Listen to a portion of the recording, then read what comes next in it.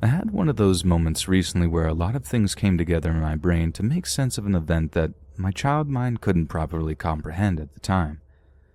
So, my mom was born and raised in the UK, but she is of South Asian descent, and since I'm mixed, she tries really hard to make sure I'm in touch with my culture. This meant that, as a child, we made a lot of frequent visits back home. It's like every summer I can remember was spent there, and then it suddenly just stopped after this incident. My mom's family back home live in an extremely rural part of the country. There's a lot of poverty surrounding our family home, so we rarely left our relatively nice part of the village. I was never allowed out to explore, and coming from a concrete jungle that is London, I was always so curious. I'm going to explain what happened on this particular day the way I remembered experiencing it, and then I'll explain what I failed to realize at the time. I was 8.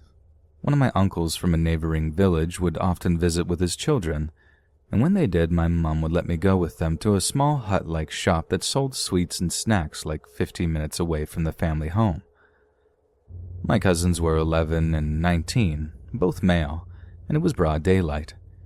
To get to the shop, we walked through a small DIY road, and on both sides is what I would call the jungle. It was basically just lots of trees and bushes as far as you can see. You can't really see anything beyond the trees, it's just a lot of greenery.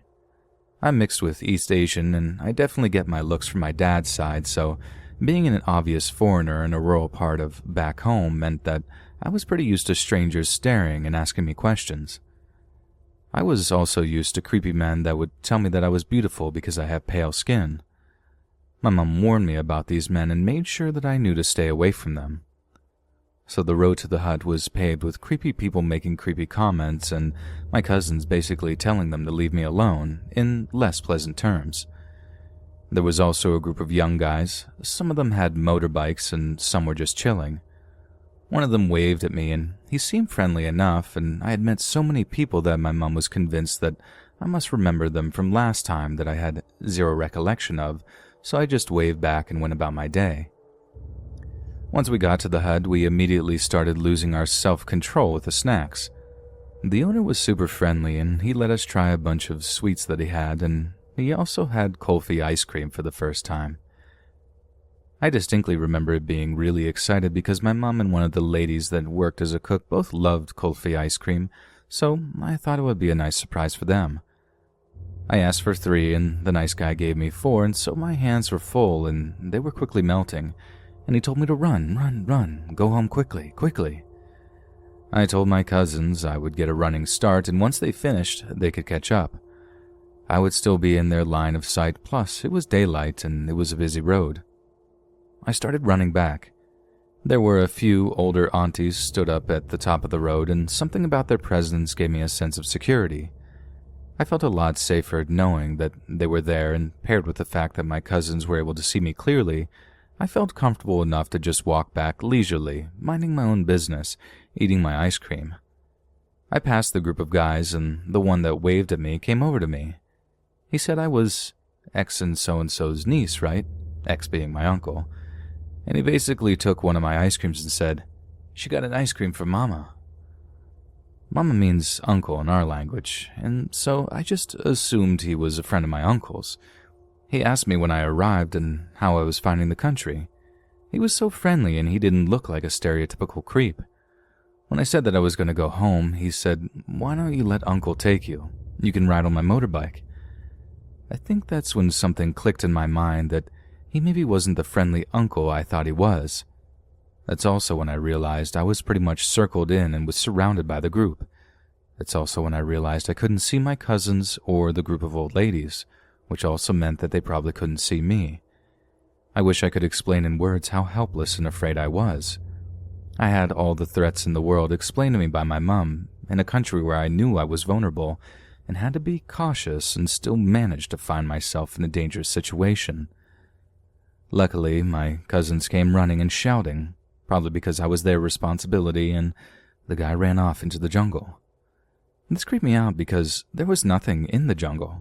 It was just trees as far as I could see, and I knew that it would be nearly impossible to find them in all of that. We caused quite the scene, and the villagers seemed to react as if they were already on edge. When we told my family what happened, I was basically on house arrest, and my mom refused to let me out of her sight. I was pretty shook up about the whole situation, and so honestly, I was kind of grateful for that. I put it down to my paranoia, but at the time, I would get overwhelming feelings of being watched. Our village is quite small, like, amongst them, it's an everyone knows everyone sort of thing. My uncle is also a big community figure, and he's very well known amongst the villagers, which is why the men probably put two and two together that I was his niece. Having foreign family over is usually a pretty big deal, and having a niece that is mixed race was also a very big deal. I'm sure word got around. He realized that there was a group of men on motorbikes who would frequently go past our house. They stayed a decent distance from our home, though, and that they weren't anyone we would have known. It's creepy to think about now, the lengths that they were going to. A couple of days before we were due to fly back, I had my second, last, and worst encounter with this particular friendly uncle. It was night, and it was like every other night where we would play board games or card games in the front room. Because it was so hot, I went to my bedroom and I was playing on my Nintendo DS, when I saw, out of the corner of my eye, someone at the window, staring directly at me. It was him. The worst part is that he had the most creepy, sick, and twisted smile I'd ever seen. He put a finger to his lips, but I did the literal opposite and started screaming hysterically. I had been on edge since the ice cream incident, so what might seem like an overreaction was just my natural response. I can't really tell you what happened next because no one had ever told me. My very large uncle and also his very large friends are not known to be the friendliest of people, but I was told he was dealt with and that he would never bother me again. We recently received a wedding film from one of my cousin's weddings, and part of the film was her leaving to get to the venue, and I noticed that the jungle was no longer there. It had basically been cut out. For the first time, I could see beyond the greenery. That's when my mom explained to me that my uncle had it cut down not long after that particular visit because of the head cutters. It sounds even more sinister in my native language. My entire life, I've wondered what would have happened to me if I had got on that motorbike, but now I know with reasonable certainty what his intentions were. During that time, a gang had been kidnapping beggar children. It took a while for the village to realize because it's not unusual for beggar children to go missing, but when we were there, people were vaguely aware that it was becoming a trend. A couple of months later, a head was found. It became known in our village, but people tried to keep it quiet to avoid getting a bad name. The problem went away once a lot of the greenery was cut down, so there was nowhere left to hide, but it's also when they realized the magnitude of what had happened. The weird thing is, I've known about the head cutters for a while. I knew it was something that had occurred in our village, but for some reason, until recently, I never put two and two together. But now that I have, I think often about what nearly happened to me, but more importantly, what happened to a handful of children in our little village. I think about that fact that, beyond our relatively small circle, no one thinks about them, and no one is haunted by their deaths.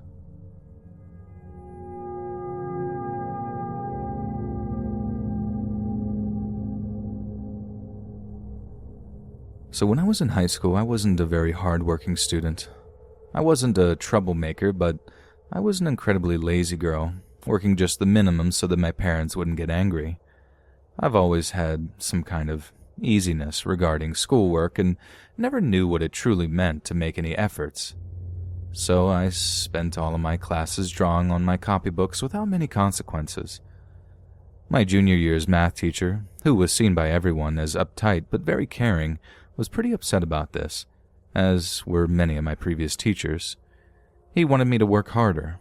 I wasn't bad at maths. I was around 13 or 14 out of 20. I'm French, but I assume this is like a B or a B-, but sometimes my grades would be very low. During a teacher/parent meeting, he told my mom that I was wasting my capacities, that it was infuriating how much I was lazy. My mom then replied that she agreed with him and that she wouldn't blame him for pushing me harder and for punishing me if it was for making me work harder.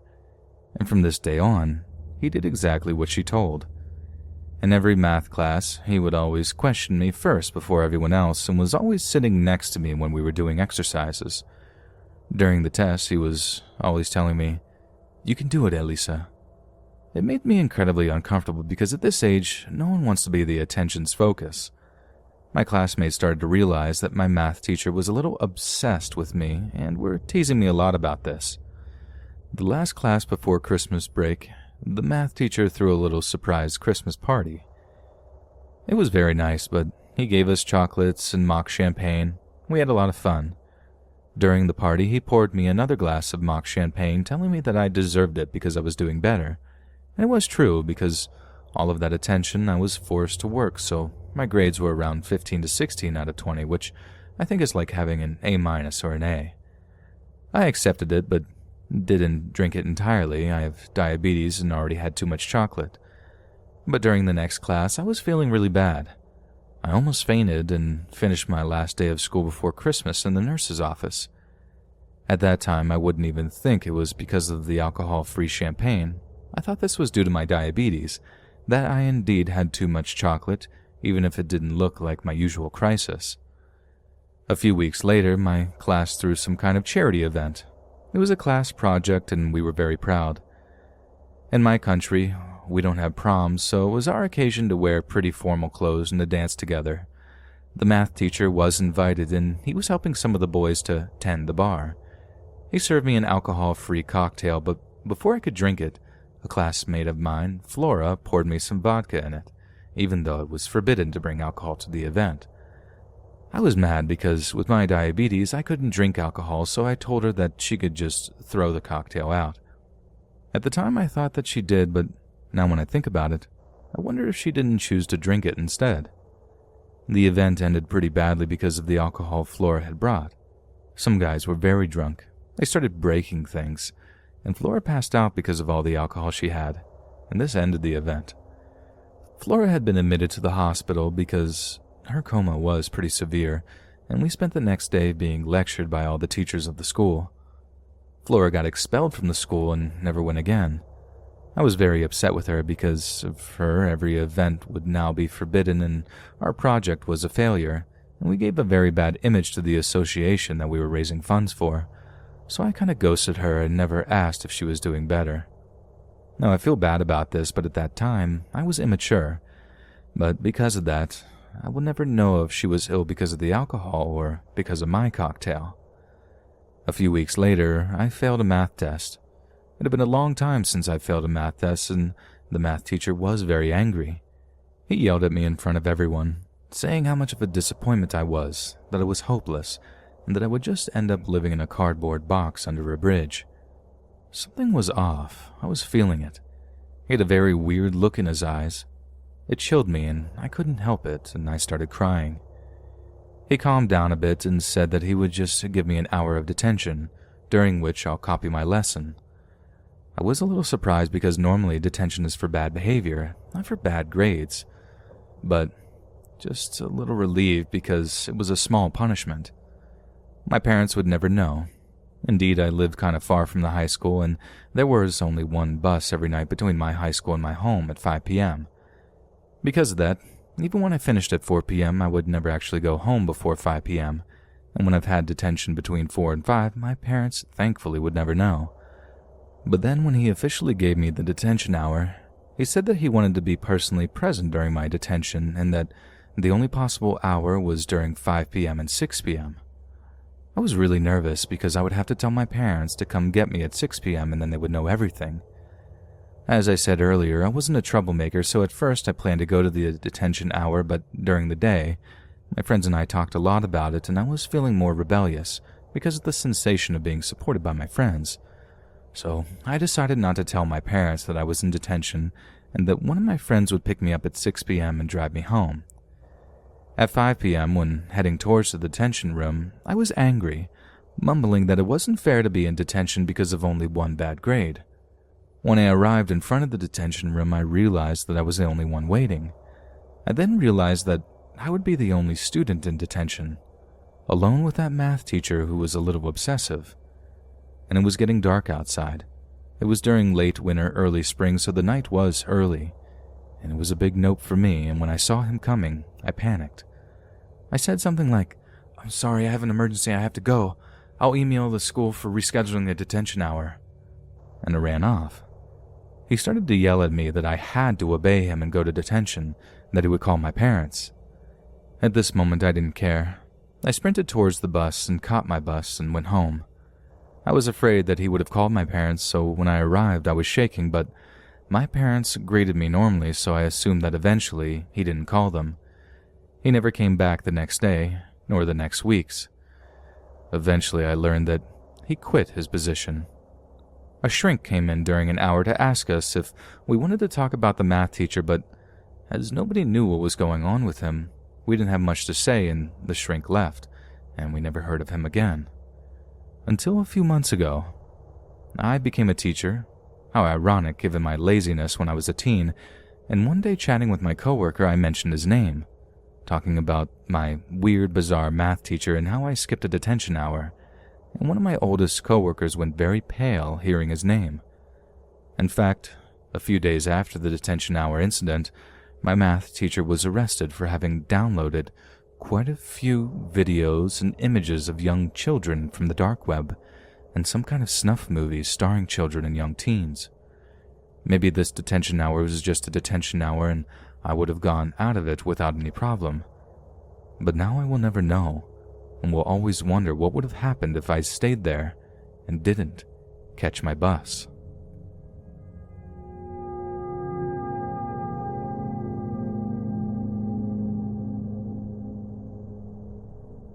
I moved to Sandbach in Cheshire, England around 3 to 4 years ago with my ex. Him and I had broken up by this point, and we were just friends in the house we rented, and everything was great. We weren't hostile towards each other, and I found out we were better friends than in a relationship. I started going out to the bars and local shops and make friends and see if anyone was as lonely as me by this point. I had moved from Chelsea, London to be with my ex, and I didn't know anyone there. This was when I met Craig.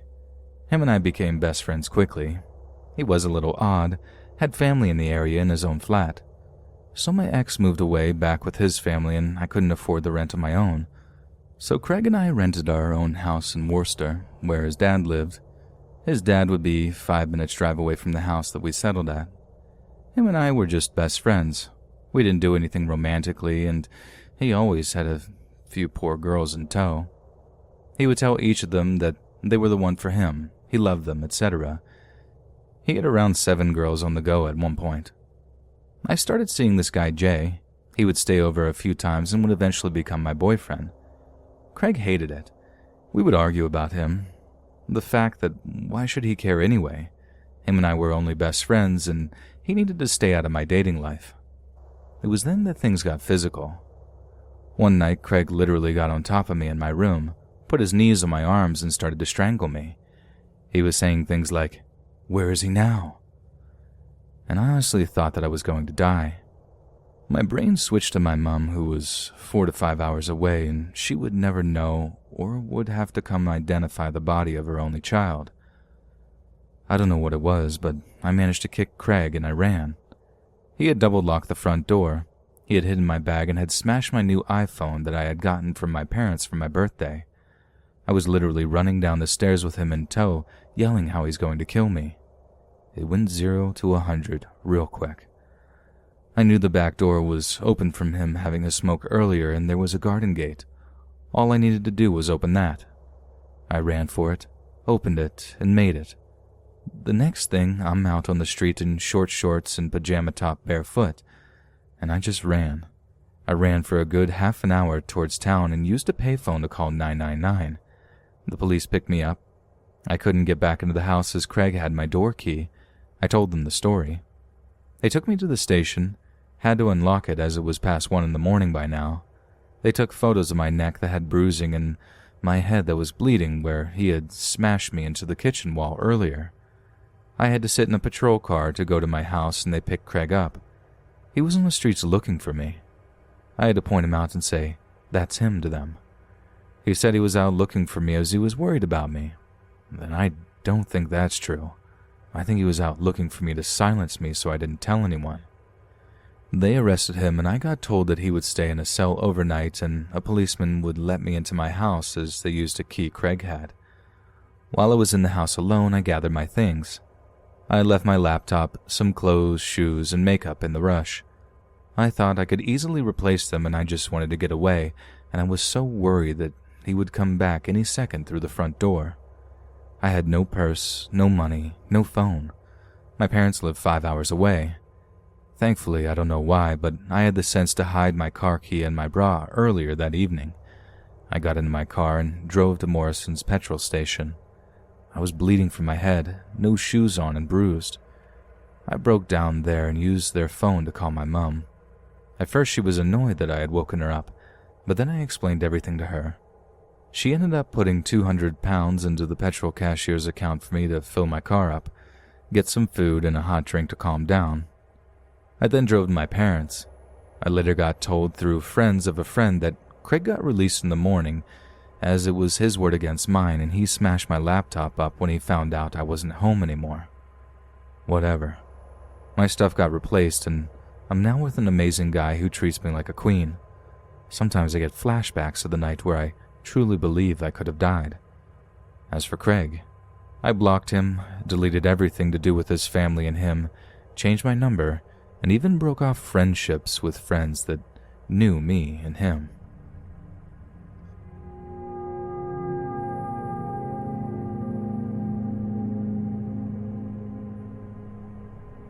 I'm a 27-year-old female, and this story takes place 10 years ago when I was 17.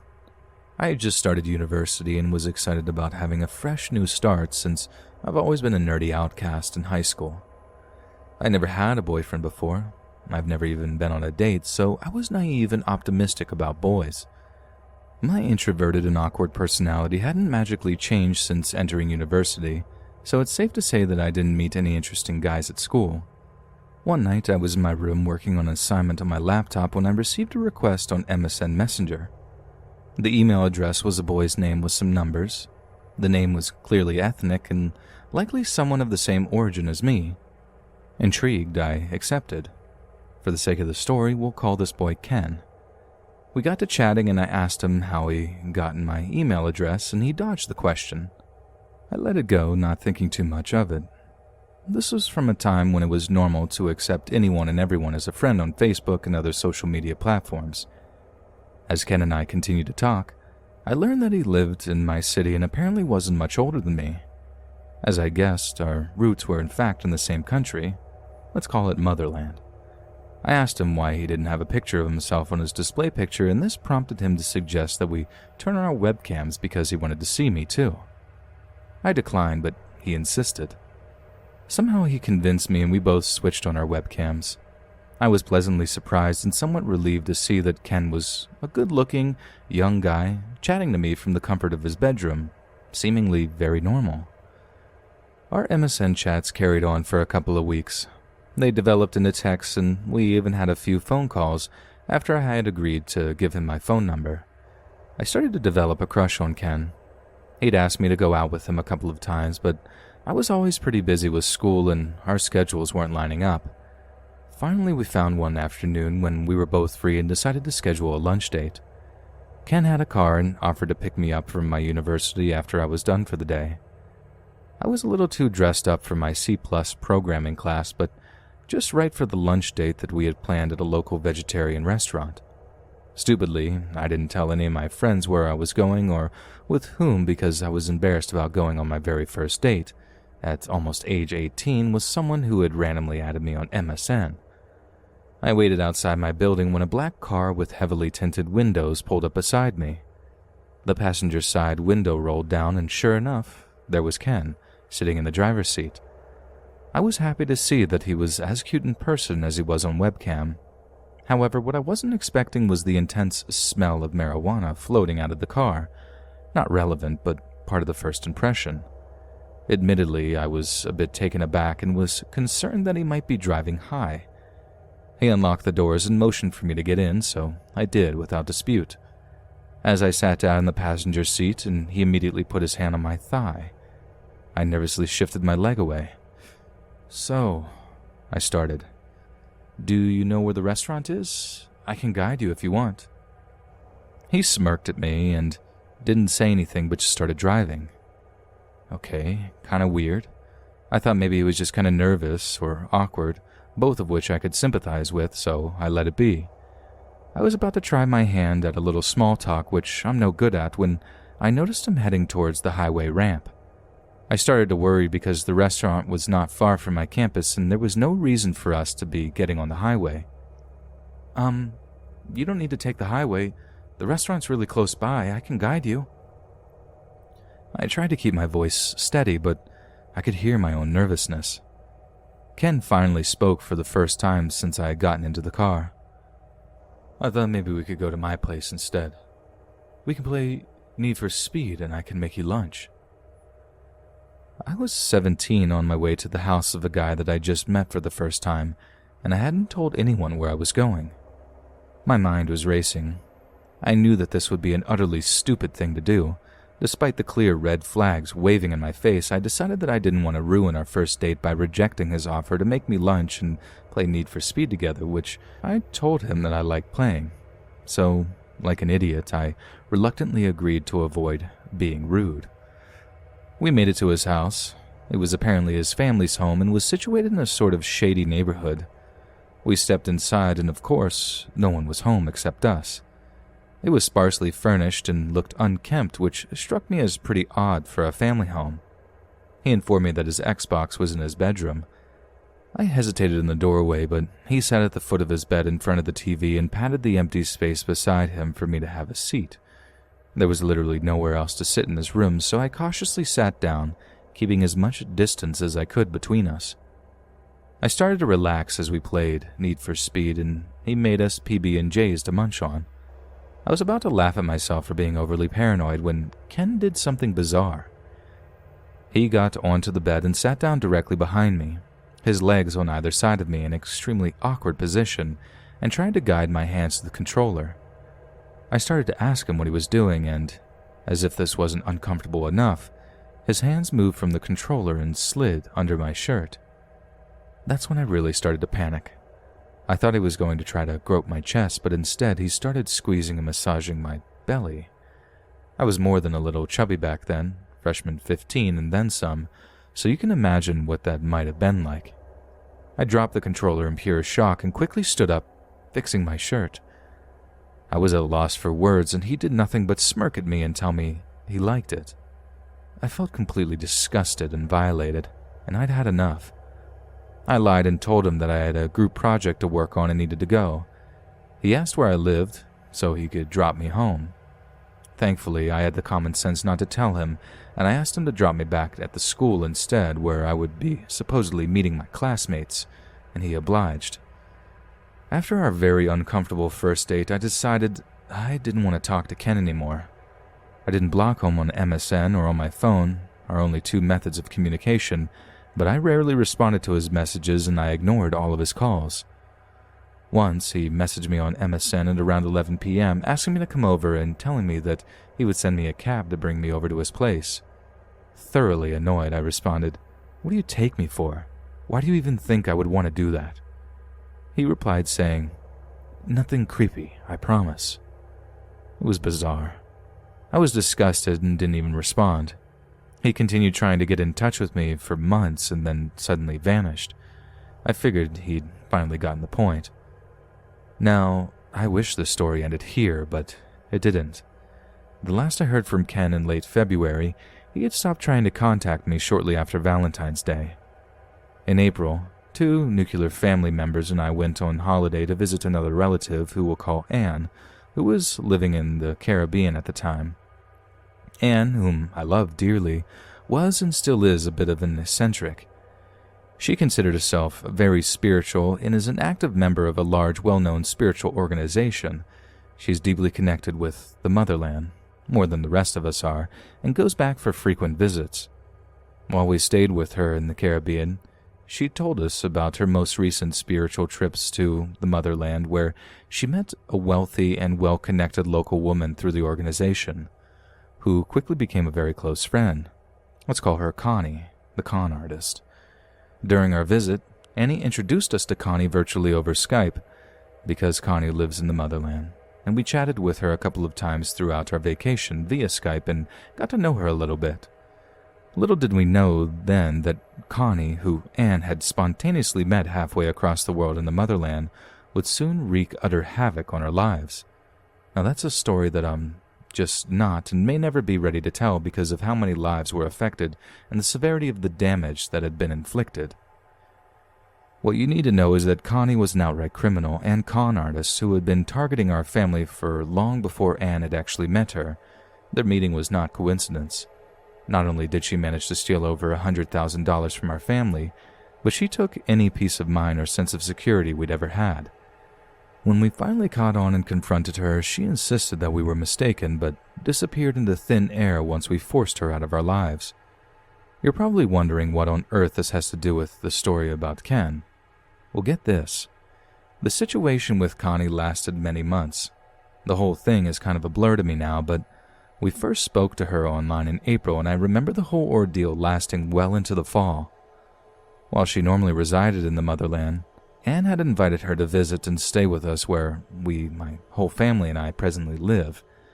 That's when things really took a turn for the worst. Some of the things I clearly remember and are important to the story were that, 1, the whole time she was staying with us, she was trying to convince me to transfer schools to a very obscure school and program in the U.S. I don't even live in the U.S., and was actually getting very pushy about it. And 2, she had asked me if I was a virgin and told me to save myself from my husband. It was kind of disturbing to be saying that. During this time, I was so emotionally drained and stressed that I didn't really think of anything but the situation at hand. In fact, I had stopped socializing almost entirely and even started habitually skipping classes. I had lost contact with my high school friends and my university friends who were too new to really care, so my strange behavior and new destructive habits went unnoticed. Fast forward to one day after Connie's final disappearance in the fall, I was at home with my dad when my cell phone rang. I looked at the caller ID and it was a number I didn't have saved, so it was showing the contact information as whatever name the phone was registered under. My heart dropped in my stomach. My phone displayed a name. The first name was a man's name and the last name was the same last name as Connie's. I started to panic and ran into my bedroom to answer the call. I had no idea what to expect. When I picked up the phone, I was greeted by a familiar voice. It was Ken.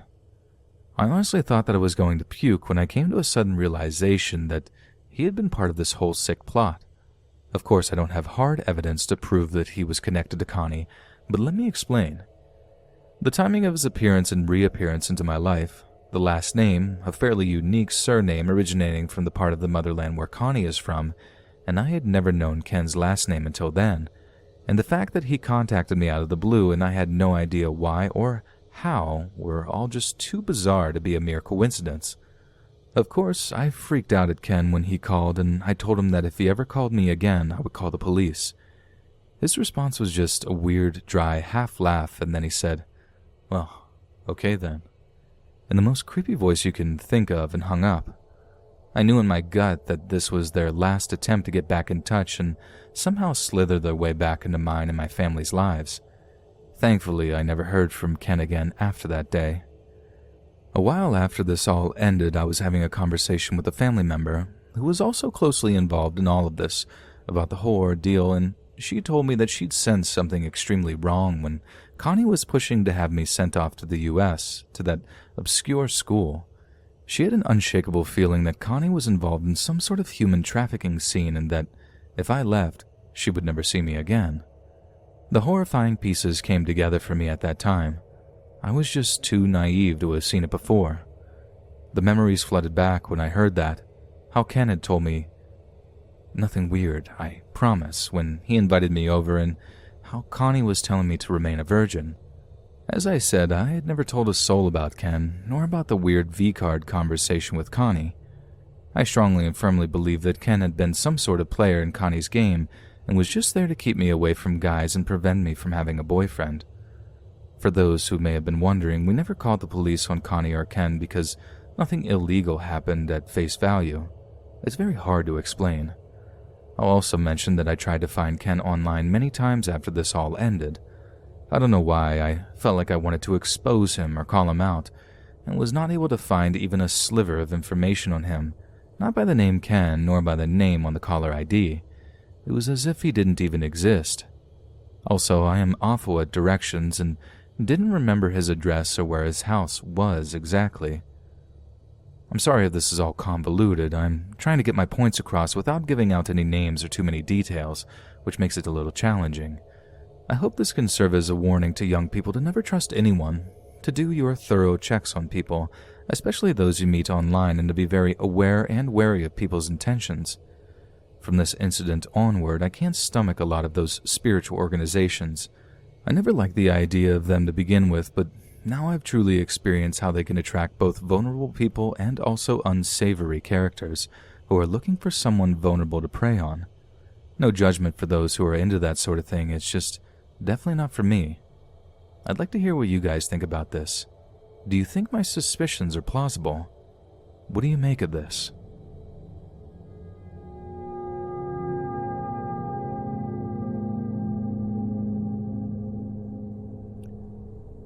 I'm currently staying in a remote part of the United Kingdom and having a break from working, which means more time to pursue my hobbies, one being photography. I had scoped out a creepy-looking tree formation in a nearby forest and set my camera and tripod up as the sun was coming down, for that extra creepy vibe. As I'm happily taking photos, I see a woman pass the entrance to the arched trees. This woman had parked her car next to mine when I arrived. She went past a couple of times, looking at me for prolonged periods with each time she passed. I assume she wants to come up this path, but sees that I'm taking photos, so decides to walk elsewhere. Approximately 5 minutes go by and she appears again, this time walking towards me, dragging her left side slightly with this strange limp. She stops once and stares at me for a few seconds, then starts walking towards me again. I ask her if she's okay. I'm starting to put my camera away at this point and readying my tripod to use for self-defense if necessary because the vibe I'm getting is way off, and she starts grunting at me, then stops and stares again. It's at this point that this woman is close enough for me to realize that she's actually a man in woman's clothing with a wig. An uncomfortable moment passes and she starts grunting again, walks towards the edge of the path, grabs a pile of leaves and starts throwing them around, grunts some more, and then walks off aimlessly into the forest.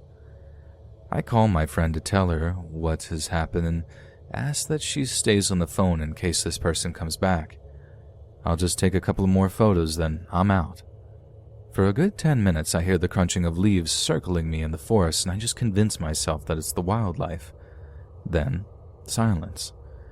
I take the photos, and I haven't seen or heard the person for around 15 minutes now, so I assume I'm safe. I leave the path and see that the car had gone. Thank God. However, I very quickly notice that there is a man walking towards me from the entrance. It's the same guy. He had changed into men's attire, and as he walks past me, he shoots me a grin that sends shivers down my spine. I don't scare easily, but this guy just gives off all of the wrong signals, causing this overwhelming feeling of dread to wash over me. I'm still on the phone at this point, and I'm holding my tripod over my shoulder just in case. I quickened my pace and got back into my car. As I did so, I saw him come out of the lane that I had been down, stop and look, then start walking towards my car with intent. I start videoing for a while, then haul it out of there, driving past his car that he had moved down the road, thinking, what in the gray beard F just happened? Limping, leaf-throwing, forest stalker who cross-dresses. I hope we don't meet again.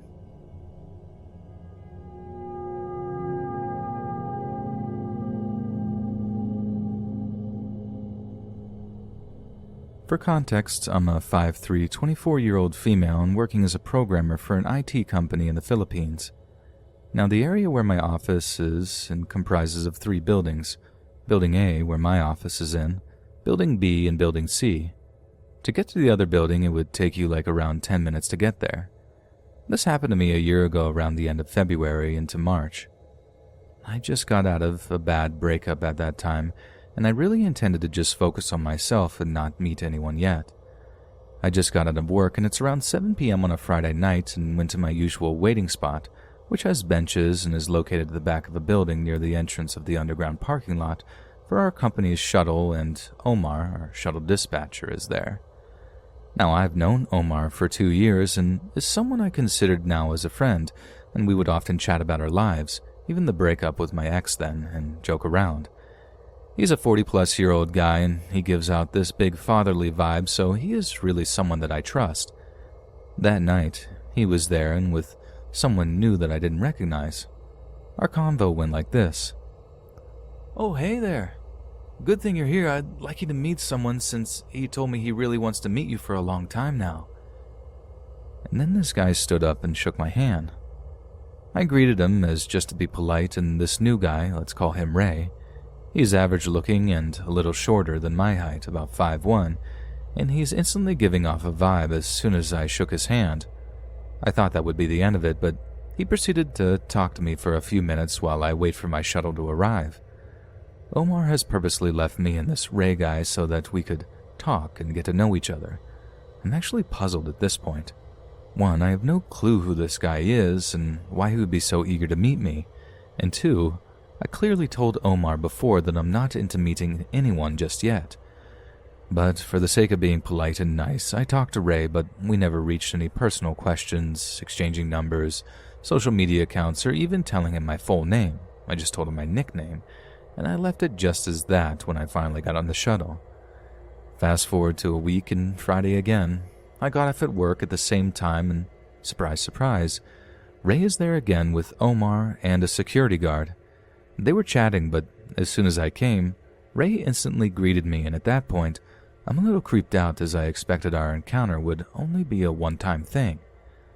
I just said hi and brushed him off and sat on the benches to wait for my shuttle again, and of course, as this guy doesn't seem to know the definition of personal space, sat beside me and talked to me again, but this time he's asking for my cell phone number. I told him off and clearly said that I'm not giving out my number to strangers and just giving him one-word answers just to give an impression that I wasn't interested at all. He would ask, "Why wouldn't you give your number? I just want to be friends," and I could see in his face that he was getting frustrated every time I told him I wasn't giving it to him.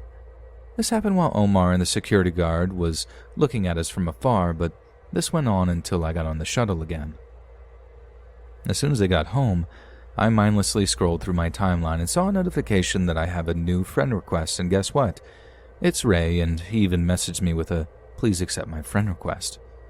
I just deleted his request, but now I'm pretty shocked since I didn't tell him my Facebook account, so how did he manage to find me? The following day was the last straw when I decided to get off at an earlier time so that I could avoid him, but to my surprise, he was there, again, waiting for me, along with Omar and the security guard. Ray immediately ran up to me to say hi, but I brushed him off and dreaded the fact that I would have to wait with this creep again when I saw my shuttle wasn't there yet. He immediately asked if I accepted his Facebook request, and I decided to play dumb and said I haven't been active on Facebook and haven't seen any requests. He got disappointed and he fiddled with his phone for a bit and then revealed his phone to show my Facebook profile and asked me if this was me. I said yes, and this time, I was completely ignoring him at this point and playing with my phone and told him I wasn't going to accept his request because I don't know him. And then Ray grabbed my phone out of my hands angrily and said that he was going to add himself using my Facebook account if I won't. I muttered an actual WTF and grabbed my phone from him, and with perfect timing, I got on the shuttle in a hurry and told the driver to go. At this point, I could confirm this guy could be stalking me and now knows my daily schedule and social media accounts. I reported this incident to my manager and told her how this has already been happening for some time now. She was surprised I didn't report it earlier, but I blamed it on my lack of assertiveness and fear that I would be overreacting to his advances. We reported this incident to office security and told them what happened and that they couldn't do anything at first as, one, I needed actual evidence about my allegations about him, and two, I only knew Ray by his first name and they would need more information than that. I didn't bother to ask where he's from or if he's even working in our office and building, which is dumb of me and I should have asked in the first place. My manager then decided that I should at least be accompanied by some of my office mates to confirm the situation, and the guys volunteered to accompany me every time I got off of work. They accompanied me for a few days, and no matter what time I got out, Ray was there to harass me. I felt bad for my office mates as they had to deal with his BS as well. First instance, when he saw I was with my office mates, I could see the visible anger in his eyes, and he would try to butt in our conversations even if we were ignoring him. At one point, when I'm talking with my office mates, he lets out an exasperated sigh and said, "Can I just talk to you for a second, please?" "What do you want?" "I just want to talk to you. If you don't, I'll leave." "Okay." And then I went back to talking to my office mates. He butted in once more and asked that I should introduce him to my office mates when I didn't. He proceeded to introduce himself instead, which irked me and my office mates as his behavior doesn't seem normal at all. After that incident, my office mates and I told my manager what happened and how dangerous this guy might actually be. She decided that we should escalate it to HR and have them deal with it immediately. Gladly, HR responded and took the situation seriously and began to do an investigation on who Ray might actually be. Same day, they sent an email that, after searching through records, turns out Ray wasn't an employee of our office, and they might need to talk to building security to find out more about this guy. HR also requested our office security to escort me and observe the situation. I honestly felt relieved, as now I felt safe for the first time, while they searched who Ray might actually be. He still showed up even if I got out late or earlier than usual, but never went near me when I saw I was accompanied by security, but he would just keep his distance and stare at me, smile creepily, and linger outside my shuttle until it left. HR contacted me for a meeting with them and with my manager about some news on Ray, and I was shocked by the information that they'd found out. Ray was not an employee of our building or office, but in fact, a temp in the security office of Building C. I then thought, okay, this creep is really putting an effort for someone who is clearly not interested, and if he's a temp, meaning there's a chance I won't be able to see him after this. But then, what HR said chilled me to the bone. He was a temp assigned to work on the security cameras, meaning he had access to all the building's cameras. It has been his way to spy on me, and the reason why he was able to be there at the exact time I got out. HR has already spoken to his supervisor and gave him a warning to Ray, and of course Ray denied the allegations even if I had witnesses against him. The supervisor wanted to apologize to me in person, but I decided not to, as I just wanted this to be over with. After that meeting, I never saw Ray again, and I reckon he must have been kicked out after HR issued warning against him. And as for Omar, I had never seen him as well, and I felt bad, but he was also part of the people who enabled Ray and didn't do anything when I was clearly getting harassed. I received a bit of backlash from security guards in the building for a while as well, hearing them say that I was overreacting and I should have accepted his advances, which was disgusting as I heard the same thing being said by female building staff as well. Nothing strange happened for a few days, but then the security guard that was with Omar at the time when Ray was harassing me added me on Facebook, but I didn't make much of it and just deleted the request. I'm still working in the same office as the building as of today and have been totally shaken up by the incident, and that I decided to just keep my distance from people so I could avoid from this ever happening again.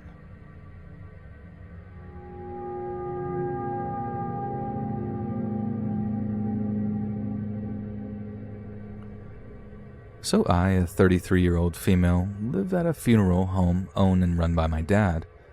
I live in the apartment upstairs and do some side work for my dad, but I don't work for the funeral home outright. Since I live here, though, I tend to interact with a lot of people who are here for funeral-related things and whatnot.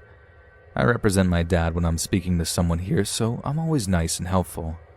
Had a couple of crazy people I've dealt with, but nothing like this. This was in mid-March, sometime because it was right at the beginning of the whole COVID takeover.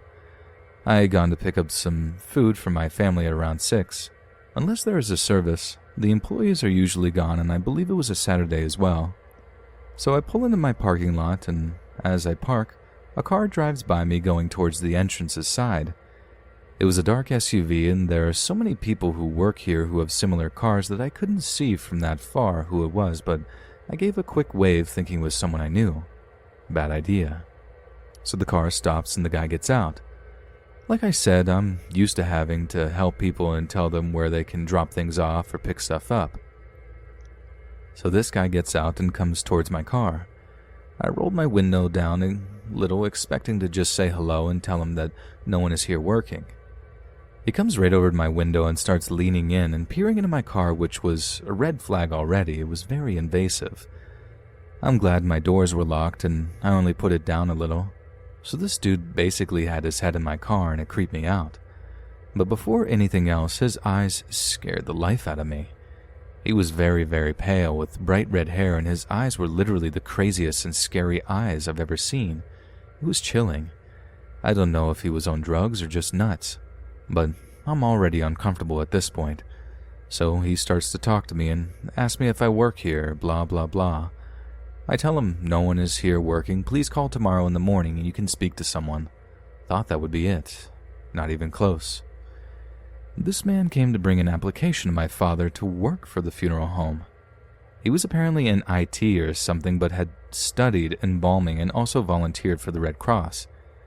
He was talking a mile a minute, and I was so incredibly uncomfortable, but even more so when he started to tell me about how certain embalming techniques he studied included hanging cadavers by their feet and other insane, sick stuff. He had absolutely no experience embalming, though. He cornered me in my car for 15 minutes and just rambled. I told him several times, please just call tomorrow morning, I really can't help you. So now I'm sitting here in my car with this insane man outside my car, and I also had food on my seat. He was looking into my car, so he saw it, and you would think he would take the hint. At some point, I texted my husband and said, come outside now. And thank God he actually saw my text and came out. So he comes out up to this guy, and he was like, can I help you? So this guy starts cornering my husband also. This guy had absolutely no idea what personal space was, and my husband kept backing up, and he would move in closer every time. I took an opportunity to grab the food and get out since he was outside. When I got out, he started telling my husband and I, this virus is going to be around and there's going to be bodies piling up. They're going to need extra help here when there are hundreds of bodies dead. It almost seemed like he was excited at the thought. He had a resume, and I told him multiple times to please bring it by again. I didn't even want to touch anything he had, but he forced it into my husband's hands. I went to the stairs and gave my husband a concerned look and motioned for him to come in. This guy made me so extremely nervous, and I didn't want my husband out there any longer. But this guy was almost impossible to walk away from. He didn't understand that it was done. So eventually we got away from this freak and got inside. I immediately called my dad to explain what had happened and warn him of this guy. I told my dad I had never felt more uncomfortable in my life, and there was something seriously wrong with this dude. I wanted to warn him that he would probably be back the next day. And he did. A couple of days later, mid-morning, I'm upstairs in my apartment and there are several employees in the office upstairs. I hear someone ring the doorbell. Once, twice, 3 times. He then proceeds to ring it non-stop for 15 minutes. They assumed it was him and didn't answer. I went out and I was like, what's up with this doorbell? They knew it was him apparently because he had called earlier and wanted to talk to my dad, and one of the employees told him we are hiring, but he insisted on talking to my father, so he came by. Then after the doorbell went off for several minutes, the phone started ringing off the hook. Next, he was going around to all the windows and pounding on them relentlessly. I told them how crazy he was, but I was glad they could now see what I meant and that I wasn't overreacting. Eventually, my older brother went down with a mask on, and like I said, this was right in the beginning, and people weren't even wearing masks regularly, but this guy had zero boundaries. He then cornered my brother the same way and would not let him leave and end the conversation. We're all just thinking, God, what's wrong with this guy? My dad did not want to talk to him, but he wouldn't give up. And the next day, he comes back again. Same thing, banging on all the windows and ringing the bell, calling incessantly. Eventually, my dad's secretary answered the phone and put him in his place and told him if he called again, they would call the cops. The best part is, every time he showed up, He showed up in a full top-to-bottom biker gear, spandex helmets, knee pads. Even though he apparently lived a few streets over, this guy was just absolutely nuts. Hey friends, thanks for listening. Click that notification bell to be alerted of all future narrations. If you got a story, be sure to submit them to my subreddit, r/Let'sReadOfficial, and give and receive feedback from the community, and maybe even hear your story featured on the next video. And join my Discord to interact with me and other listeners directly. And if you want to support me even more, grab early access to all future narrations for just $1 a month on Patreon, and maybe even pick up some Let's Read merch on Spreadshirt. And check out the Let's Read podcast, where you can hear all these stories in long compilation form and save huge on data, located anywhere you listen to podcasts. Links in the bio. Thanks so much, friends, and remember, an ankle up the tush cures sprains.